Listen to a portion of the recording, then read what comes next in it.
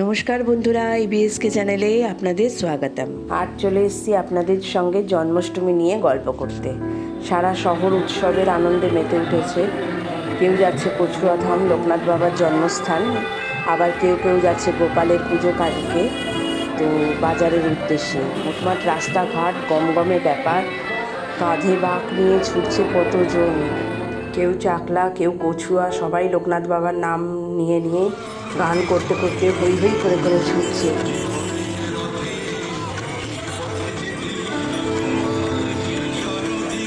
এই ভিডিওতে একটি চটির দৃশ্য আমি দেখালাম।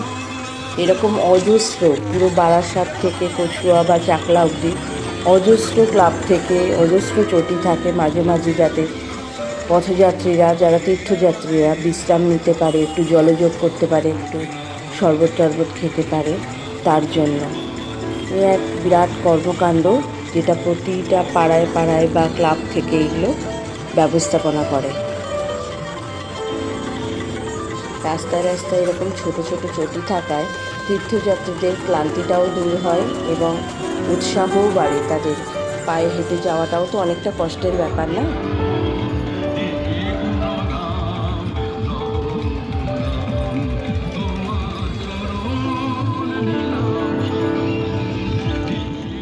এত আনন্দ, এত হই হুল্লোড়, তার মধ্যেও বারবার মনে পড়ে যায় 8ই আগস্ট মৌমিতা দেবনাথের নির্মম পরিণতির কথা।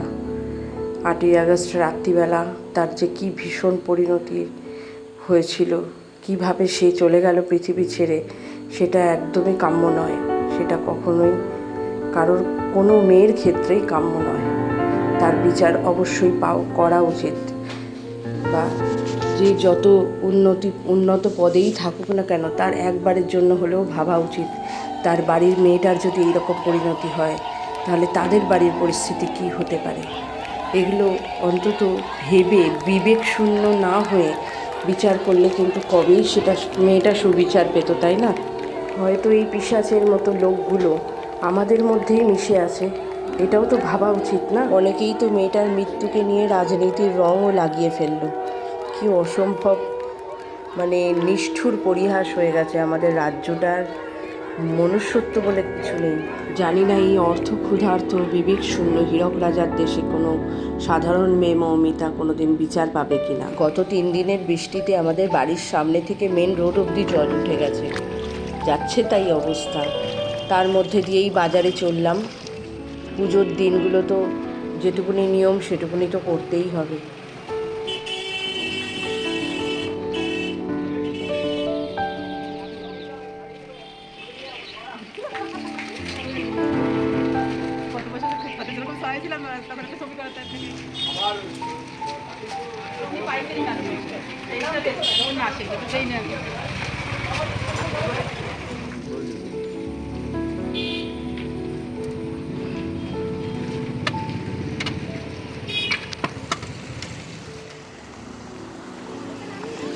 জলের অবস্থা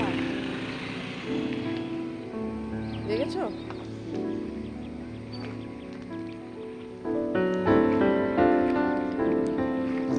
তুমি কোথায় যাচ্ছ? ডিউটি?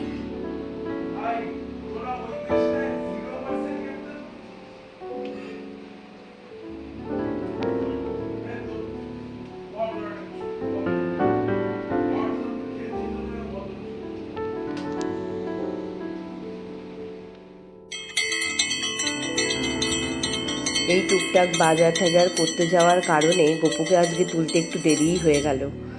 জন্মদিনের দিন একটু বেশিক্ষণ ঘুমানো হলো তার।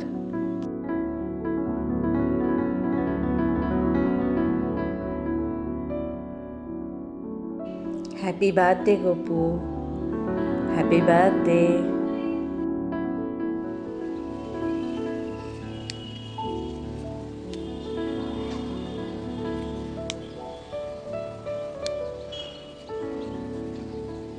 যে কোনো ভিডিও যখনই আমি রেডি করতে থাকি, তো আমি আমার গাছগুলোকে কিন্তু বাদ দিই না, আপনারা খেয়াল করে থাকবেন। এইগুলো আমার, মানে এই গাছগুলো আমার ভীষণ প্রিয়, একদম প্রাণের মতো।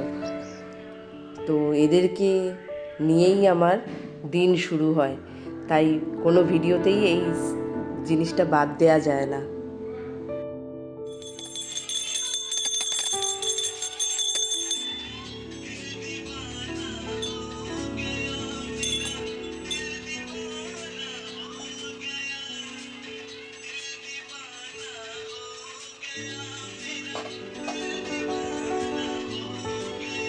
তো প্রতিদিনই গোপুর চন্দন সাবান দিয়ে স্নান করে।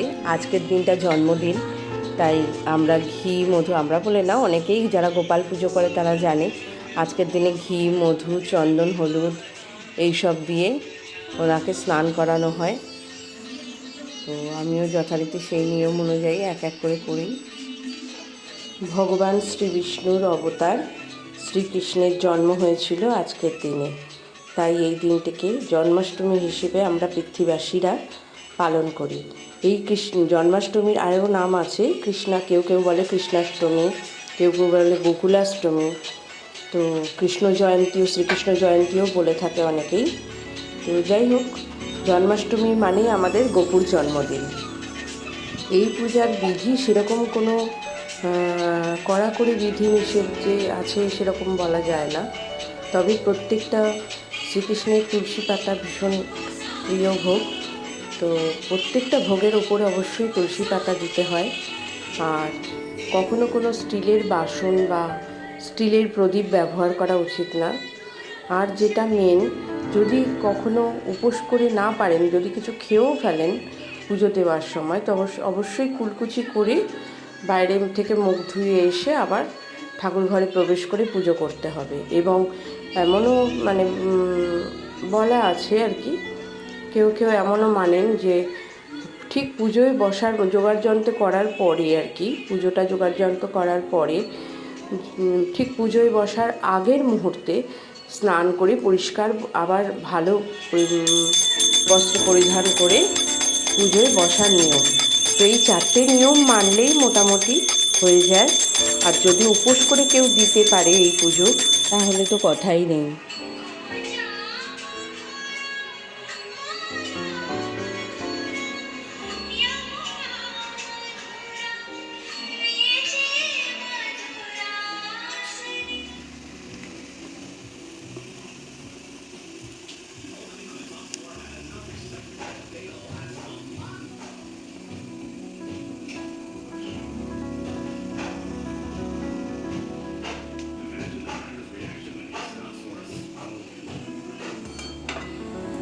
যাই হোক, সকালবেলা পুজো দেওয়ার পরেই আমরা ভোগের যোগাযন্ত্র করতে শুরু করে দিলাম।